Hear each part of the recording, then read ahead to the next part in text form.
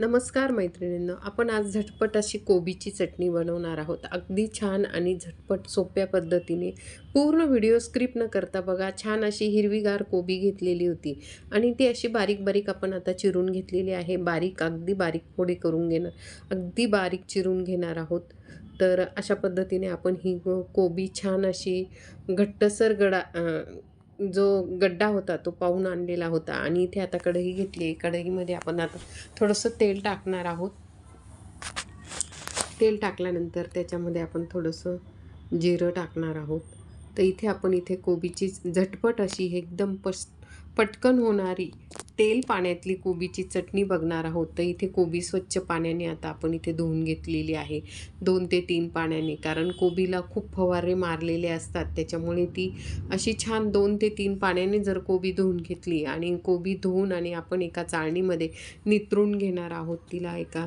तर इथे मी परत एकदा थोडंसं पाणी टाकलं आहे आणि खूप फवारे मारलेले असतात, त्याच्यामुळे आपण ही आता एका चाळणीमध्ये काढून घेणार आहोत. ही बघा, एका चाळणीत ही काढून घेतलेली आहे. त्याच्यानंतर इकडे गॅसवर आपण आता कढई ठेवलेली आहे. इथे गॅसवर कढई ठेवलेली आहे, त्याच्यात जिरं टाकलेलं आहे आणि थोडा बारीक चिरून लसूण टाकलेला आहे आणि हिरवी मिरची आणि थोडंसं तेल. अशा पद्धतीने आपण ह्या सगळं असं टाकलेलं आहे. मी तेलाचा वापर थोडा कमीच करत असते, त्याच्यामुळे थोडं तुम्हाला इथे तेल कमी दिसतं. तर ह्या ठिकाणी फक्त हळद टाकलेली आहे आपण. आणि हे बघा, ह्या ठिकाणी परत एकदा थोडीशी हळद टाकलेली आहे. लसूण छान असा परतून घेतलेला आहे. मिरचीसुद्धा आपण इथे परतू देणार आहोत.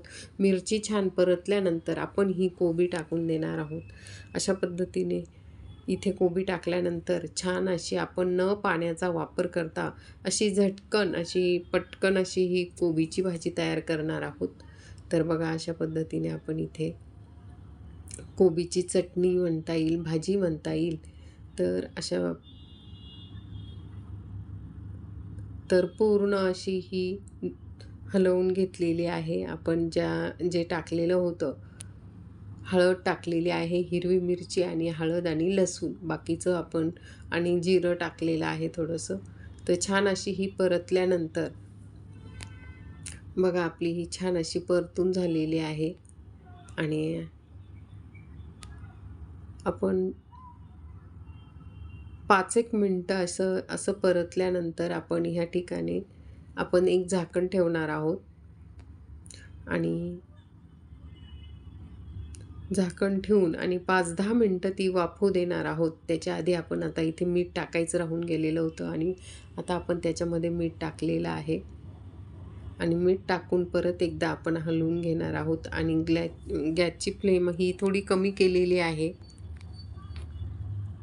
आणि आता आपण मीठ टाकून आणि ते हलवून घेतलेलं आहे. थोडीशी कोबी राहिली होती, परत एकदा तेवढी टाकून घेतलेली आहे आणि परत एकदा आता आपण मीठ टाकल्यामुळे ते छान असं परतून घेणार आहोत. आणि आता आपण याच्यावर झाकण ठेवणार आहोत. झाकण ठेवून ती 10 ते 5-1 मिनटं 5-1 मिनटानंतर अगदी कोबी छान अशी शिजून जाणार आहे, झटपट अशी आणि खूप सुंदर अशी ही कोबीची भाजी. अशा पद्धतीने जर चटणी तुम्ही जर केली तर छान अशी ही चटणी लागते. तर आता आपण त्याच्यावर झाकण ठेवणार आहोत.